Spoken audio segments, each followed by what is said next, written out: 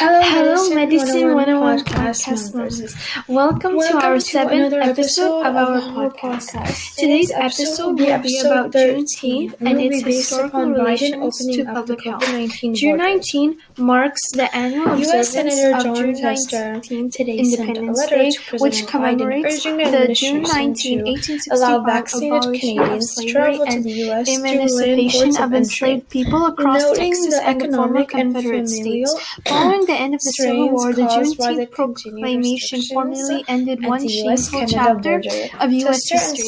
Today, Juneteenth is widely observed as a celebration of African American history and heritage. As we all know, emancipation was only one battle won in a centuries-long struggle for Black civil rights, a struggle that is far from over. Racism continues to rear its ugly head in every aspect of American life. Income and housing inequality, police brutality, voter suppression, hate speech, and biological bigotry are just a few of the forms that racism stunted.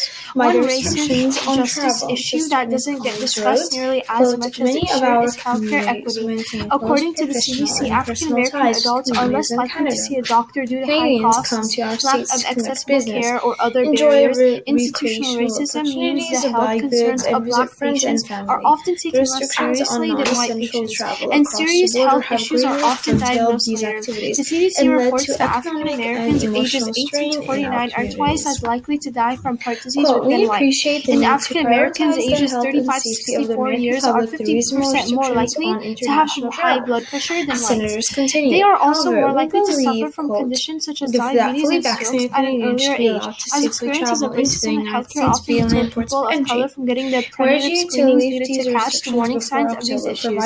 These health inequalities are also pronounced in the Black LGBT community. Black, gay, and bisexual men are more affected by HIV than any other group in the United States. In 2017, they accounted for 26% of total new HIV diagnoses and 37% of new diagnoses among all gay and bisexual men, according to the CDC. Queer women, and in particular Black queer women, are less likely to have regular preventive care such as mammograms and cervical cancer screenings. Black transgender women experience profound health and wellness inequality. An estimated 44% of Black transgender women are living with HIV. Transgender women of color are also disproportionately targeted in violent hate crimes and make up the majority of transgender murder victims. True racial justice cannot exist while these barriers to health and wellness still exist. Fenway Health is committed to ending the silos that keep minority groups from accessing the care that they deserve. One important initiative is the Racial Justice and Equity Collaborative, an employee resource group created by Fenway Health staff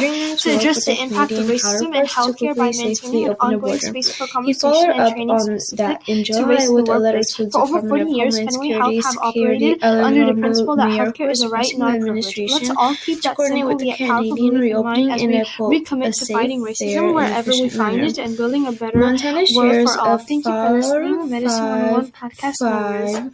5-mile border with Canada and is home to many border towns whose economies rely on Canadian trade and commerce throughout the year.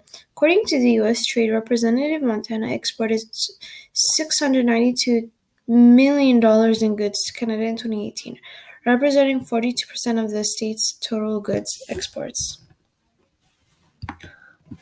So as you can see, ensuring that you are staying safe during the COVID-19 pandemic, but also traveling is such an important part of our new lives, quote now. So you always want to make sure that you're traveling in a safe manner if you are doing so, especially if you are doing international borders. And always just keep in mind, Biden opening up the COVID-19 Canadian borders and also European borders, and many other countries, including Morocco, Tunisia, France, and all of these wonderful countries do still contain various restrictions, such as being vaccinated, being tested negative for COVID-19, and etc.